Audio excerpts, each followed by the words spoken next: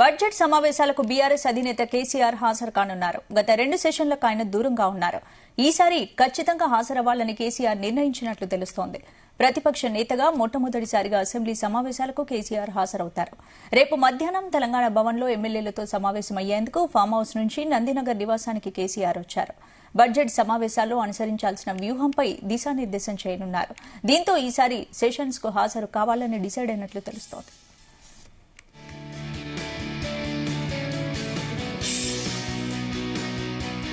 ఇదే అంశానికి సంబంధించి పూర్తి అప్డేట్స్ మా బ్యూరో చీఫ్ నరేందర్ అందిస్తారు. నరేందర్, రైట్ స్పందన కొత్త ప్రభుత్వం ఏర్పడి కాంగ్రెస్ ప్రభుత్వం దాదాపు 8 నెలలు కావస్తుంది. ఇది 2వ సెషన్.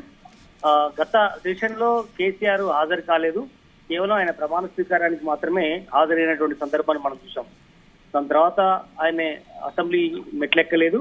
ఈసారి బడ్జెట్ కూడా ప్రవేశపెట్టబోతున్న నేపథ్యంలో ప్రధాన ప్రతిపక్ష నేతగా కేసీఆర్ హాజరు అవుతారన్నటువంటి సమాచారం అయితే మనకు అందుతుంది.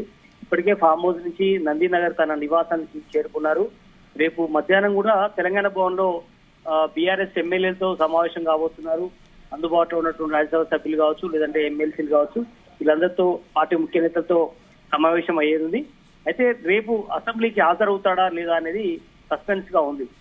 మోస్ట్లీ రేపు మార్నింగ్ మాత్రం అసెంబ్లీకి హాజరు కాకపోవచ్చు అనే సమాచారం అయితే ఉంటుంది. అయితే ఈ వారం రోజుల సెషన్ లో ఖచ్చితంగా 1 or 2 days అసెంబ్లీకి వచ్చి వెళ్తారు అనేటువంటి సమాచారం అయితే ఆ పార్టీకి సంబంధించినటువంటి కొంతమంది ఇప్పటికే మనకు లీకులు ఇస్తున్నారు. ఖచ్చితంగా ఎందుకంటే గతంలో చూసాం రేవంత్ రెడ్డి కావచ్చు, లేదంటే కోమటిరెడ్డి వెంకటరెడ్డి కానీ పలువురు బట్టి విక్రమార్క లాంటి వాళ్ళు ఇప్పటికే రేవంత్ రెడ్డి ఉద్దేశించి పలు సందర్భాల్లో చెప్పారు. అంటే ప్రధాన ప్రతిపక్ష హోదా ఇస్తే ఎందుకు సభకు రావడం లేదు, జన సమస్యలు ఎందుకు తన తరఫున మాట్లాడడం లేదు అనే విషయాన్ని వాస్తవానికి ఆయన సీనియర్ పొలిటీషియన్ గా పలుసార్లు ఎమ్మెల్యేలుగా గెలిచినటువంటి వ్యక్తిగా, ముఖ్యమంత్రిగా 2 సార్లు చేసినటువంటి వ్యక్తిగా, ఎంపీగా, గతంలో కేంద్ర మంత్రిగా పనిచేసినటువంటి అనుభవం ఉన్నటువంటి కేసీఆర్ ఖచ్చితంగా సభకు వచ్చి మాట్లాడడం సబబు అనే విషయాన్ని చెప్పారు. కానీ ఆయన అనారోగ్యం వల్ల సభకు రాలేదని కూడా ఆ పార్టీకి సంబంధించినటువంటి వాళ్ళు గతంలో చెప్పారు.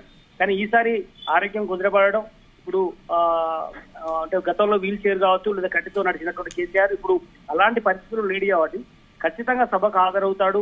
అదేవిధంగా పార్టీలో కూడా కొంతమంది ఇప్పటికే 10 మంది ఎమ్మెల్యేలు, ఎమ్మెల్సీలు కూడా 6 వెళ్ళిపోయినట్టు నేపథ్యంలో ఖచ్చితంగా పార్టీలో ఒక ఆత్మస్థైర్యాన్ని నింపడం, ఎమ్మెల్యేలు పోకుండా కాపాడుకోవడం, అదే సమయంలో ప్రతిపక్ష హోదా సాధారణ మెజార్టీ కూడా దాదాపు 39 మంది అసెంబ్లీలో బలం ఉన్నటువంటి నేతగా కూడా ఉన్నారు. ఎందుకంటే మొన్న కంటోన్మెంట్ ఓడిపోయిన తర్వాత 38కి పడిపోయింది. దాని తర్వాత కొంతమంది ఎమ్మెల్యేలు వెళ్ళిపోయినప్పుడు కూడా మంచి ఫిగర్, అంటే దాదాపుగా అత్యధిక స్థానాలుగా ఇచ్చినటువంటి సందర్భం ఉంది. కాంగ్రెస్ పార్టీ తర్వాత బీజేపీకి కేవలం 8 మంది మాత్రమే ఎమ్మెల్యేలు ఉన్న నేపథ్యంలో ఖచ్చితంగా బీఆర్ఎస్ తరఫున ఖచ్చితంగా వాణి వినిపించాల్సిన అవసరం ఉంది.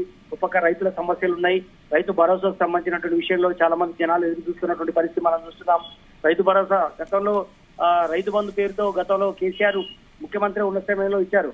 బట్ ఇప్పుడు పెంచి ఇస్తామని చెప్పినటువంటి రేవంత్ రెడ్డి ఇప్పుడు ఇవ్వకపోవడం పట్ల ఆ విషయం మీద నరేందర్, ఇప్పుడు బడ్జెట్ సమావేశాలకు కేసీఆర్ హాజరవుతున్నారు కాబట్టి మరి బడ్జెట్ సమావేశాలు కాంగ్రెస్ పార్టీని ఇరుకున పెట్టే ప్రయత్నం చేయబోతున్నారని కూడా తెలుస్తోంది. అంటే ఏ అంశాలను లేవనెత్తే అవకాశాలు ఎక్కువగా ఉన్నాయి? ఏ అంశాలపై డిస్కస్ చేస్తారు? ఎందుకంటే రైతు బంధు, రైతు భరోసా లాంటి స్కీమ్లు, రుణమాఫీ విషయంలో ఇప్పటికే 30 నుంచి 40% మందికి రుణమాఫీ అందలేదు అనేటువంటి విషయం మీద ఇప్పటికే హరీష్ రావు కావచ్చు, కేటీఆర్ గానీ పలువురు ఆ పార్టీకి సంబంధించినటువంటి ఎమ్మెల్యేలు ఇప్పటికే ఆరోపణ చేస్తున్నటువంటి సందర్భం ఉంది. కనుక కేసీఆర్ కనుక అసెంబ్లీకి వస్తే ఖచ్చితంగా ఆయనకున్న సీనియారిటీని బేస్ చేసుకుని, ఆయనకున్నటువంటి చరిష్మాను బేస్ చేసుకుని ఖచ్చితంగా గట్టిగానే వాదించే అవకాశం ఉంది.